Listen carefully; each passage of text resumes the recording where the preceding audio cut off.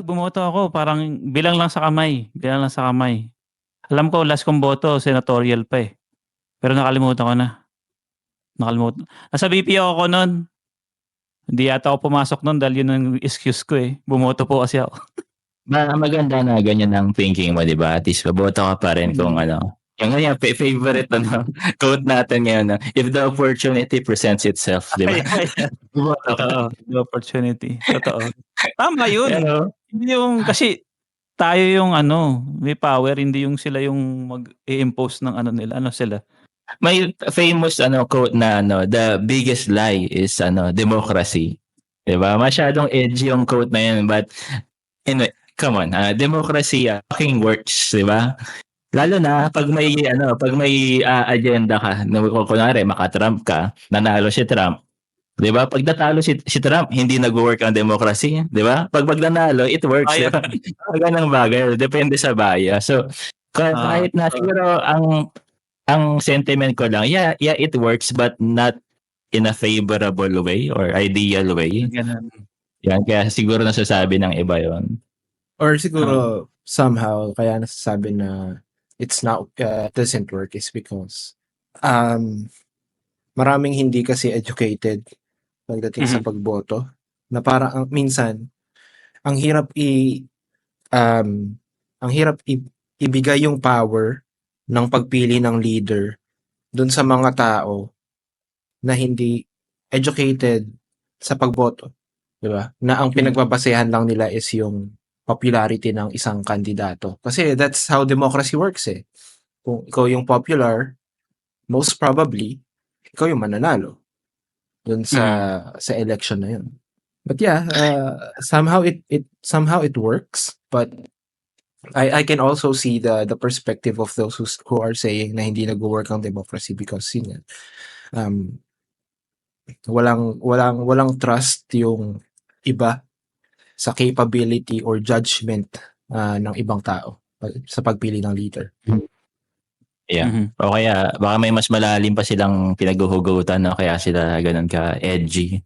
Kasi 'di ba, democracy is correlated to freedom. Baka inisip nila we're not free at all, 'di ba? Kahit may choice tayong bumoto kung sino.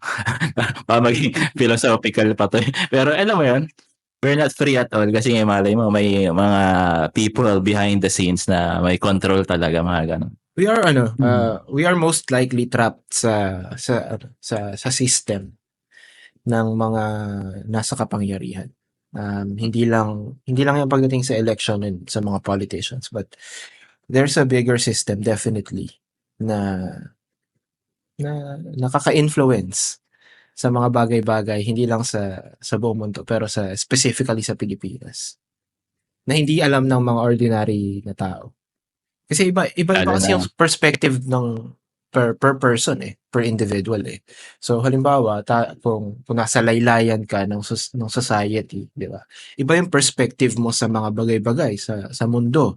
Kasi yun lang yung nakikita mo, yung paghihirap mo, yung environment mo, kung saan ka nakatira or saan ka lumaki. Iba rin yung perspective ng mga mayayaman na they get to somehow enjoy some pleasures of life, or even travel to other countries na makita nila yung progress ng ibang bansa, na mako-compare nila yung doon sa ibang lugar versus dito sa Pilipinas, not specifically sa barangay lang nila or sa city lang nila, but sa country as a whole. Right. So iba-iba rin yung perspective, eh. Iba-iba rin yung criteria and judgment ng mga tao pagdating sa pagboto ng mga kandidato. Nakadepende rin sa educational level, kasi yung iba dahil mababa yung educational level, pag ini-inform sila ng mga may mas alam or mas mataas yung educational level sa kanila, pakiramdam nila niyayabangan sila or pinagtataasan sila ng pinagyayabangan sila ng mga Pilipino pa naman. Ayaw nagpapalamang or ayaw na natataasan sila ng ibang ayaw pasapaw, no? Oo, 'di ba?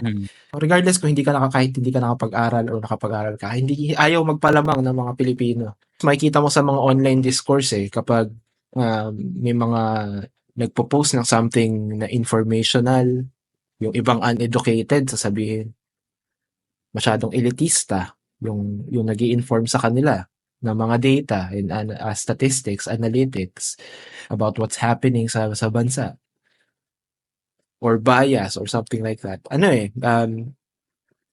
It's a core problem somehow of the population, pero it's also a problem of the uneducated generation. Some parts of the older generation are uneducated or sobrang close-minded sila, na kahit sampalin mo ng facts or ng katotohanan, hindi nagigising or hindi nag-iiba ng perspective or ng way of thinking. Yeah, so basically freedom is not just like a black and white thing, 'di ba? Sobrang Depende nuanced talaga. to. Sobrang nuanced Oo. ng na yan, ng conversation na yan. Lalo na siguro kung tumanda ka na sa ganung bulok na sistema, no, talagang always cynical ka na talaga. Sabi nga nung iba na there are people who tends to love the chain that chains them. Parang gano'n. Yung alam mo Yes. yun, na kinulong ka na, 'di ba? Pero sobrang gusto mo pa rin yung nagkukulong sa'yo.